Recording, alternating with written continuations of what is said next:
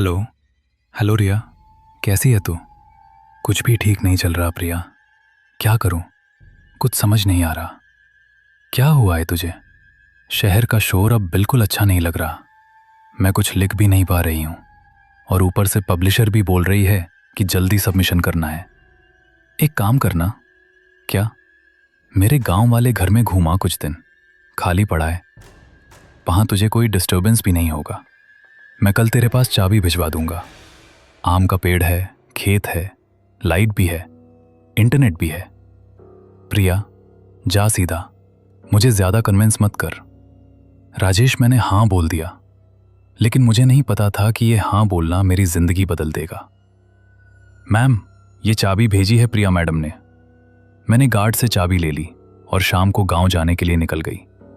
प्रिया के घर पहुंचते पहुंचते रात के 8 बजे बज चुके थे और सफर की थकान की जल्दी बिस्तर ठीक किया और सो गई।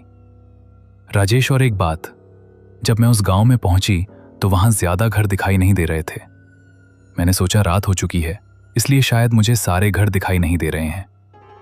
रात को अचानक मेरी नींद खुल गई। कोई वजह नहीं थी। मैंने घड़ी देखी, 1 बजे बज रहे थे। यहां लेटे लेटे क्या होगा, थोड़ी बाहर की हवा खा लेता हूं, माइंड भी फ्रेश हो जाएगा। फिर बैठकर स्टोरी लिखूंगा, तब तक नींद भी आ जाएगी। मैंने खुद से ये कहा और जाकर घर की खिड़की खोल दी। खिड़की खोलते ही मैंने जो देखा उसे देखकर मेरी सांस रुक गई। एक औरत खड़ी थी मेरे सामने वाली खिड़की पर। लाल साड़ी, घेरा हुआ दुपट्टा, सब कुछ लाल। इतना लाल कि रात के अंधेरे में भी उसका रंग साफ दिखाई दे रहा था। और उसकी मांग भरी हुई थी, इतनी गहरी, इतनी भारी कि रात के अंधेरे में भी चमक रही थी। और वो नीचे की तरफ देख रही थी, जैसे किसी का इंतजार कर रही हो घंटों से। शायद नई नई शादी हुई है, अभी अभी बारात आई होगी। दुल्हन को शायद बाहर की हवा अच्छी लग रही है, इसलिए खिड़की के पास आई होगी। राजेश, तभी एक ख्याल आया जो दिल में कहीं अटक सा गया। अगर अभी अभी बारात आई हो तो घर में कोई शोर क्यों नहीं है? शादी के घर में बातें, बर्तन की आवाज, बाराती कुछ तो होता है। रात के 1 बजे भी कोई तो जागता है, पर यह घर इतना खामोश क्यों है? शायद बारात आते आते सब लोग थक गए होंगे, इसलिए सो गए होंगे। दुल्हन को शायद नींद नहीं आ रही, इसलिए हवा लेने खिड़की के पास आई है। मैंने खुद को यह समझाया और खिड़की बंद करके सोने चला गया। राजेश, पर वो औरत, उसने एक बार भी ऊपर नहीं देखा, एक बार भी हिली नहीं। अगले दिन मैं लगातार लिखती ही रही। कब शाम हुई और कब रात ने पूरे घर को अपनी खामोशी में लपेट लिया, मुझे पता ही नहीं चला। तभी एक हल्की सी आवाज सुनाई दी खिड़की की तरफ से। मैंने घड़ी ही देखी, रात के 1 बजे बज रहे थे।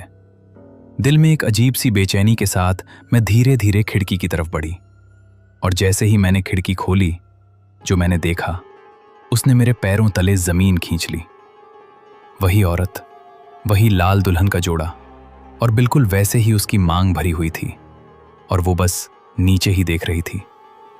मैंने हिम्मत जुटाई, लेकिन गला सूख रहा था।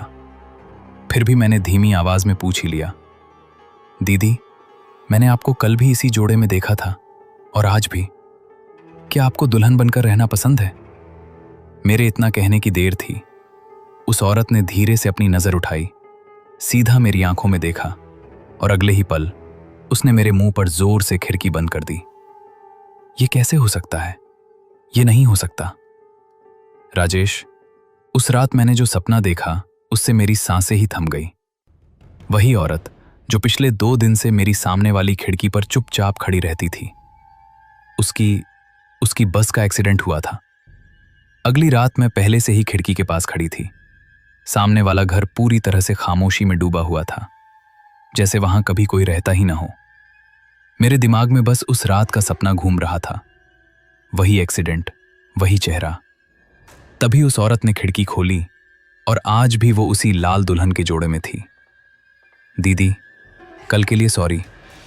मैंने सोचा था कल मेरा दूल्हा आ गया होगा, इसीलिए मैंने जल्दी से खिड़की बंद कर दी, पर कल भी वो नहीं आया। मैं रात भर इंतजार करती रही। उसने कहा था वो रात को आएगा मुझसे शादी करने। उसने तुमसे कब कहा था? वही रात जिस रात हम दोनों शादी करने जा रहे थे। रिया दीदी, राजेश, उसने मेरा नाम लिया, मेरा नाम, लेकिन मैंने तो उसे कभी अपना नाम बताया ही नहीं था।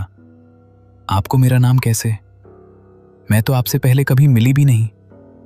कैसे नहीं मिली? तुम कौन हो? डरो मत, मैं रिया का भूत नहीं हूं। मैं तो प्रिया हूं, रिया की दोस्त। ओह, मैं तो डर ही गया था। मैंने सोचा मैं किसी भूत के साथ पॉडकास्ट कर रहा हूं। रिया मेरी दोस्त थी कॉलेज से। वो हमेशा कहती थी, प्रिया देखना, मैं एक दिन ऐसी स्टोरी लिखूंगी जिसे लोग सिर्फ सुनेंगे नहीं, महसूस भी करेंगे। पर मुझे नहीं पता था कि उसकी आखिरी कहानी उसकी अपनी जिंदगी बन जाएगी। और जब मैं रिया के फ्यूनरल में गई थी, तब मुझे उसके लैपटॉप पर एक स्टोरी मिली थी। और सबसे डरावनी बात, उस एक्सीडेंट में सिर्फ रिया ही नहीं, एक दूल्हा और एक दुल्हन की लाश भी मिली थी। मैं आज भी सोचता हूं, अगर मैंने उसे उस घर जाने के लिए मजबूर ना किया होता तो शायद वो आज जिंदा होती।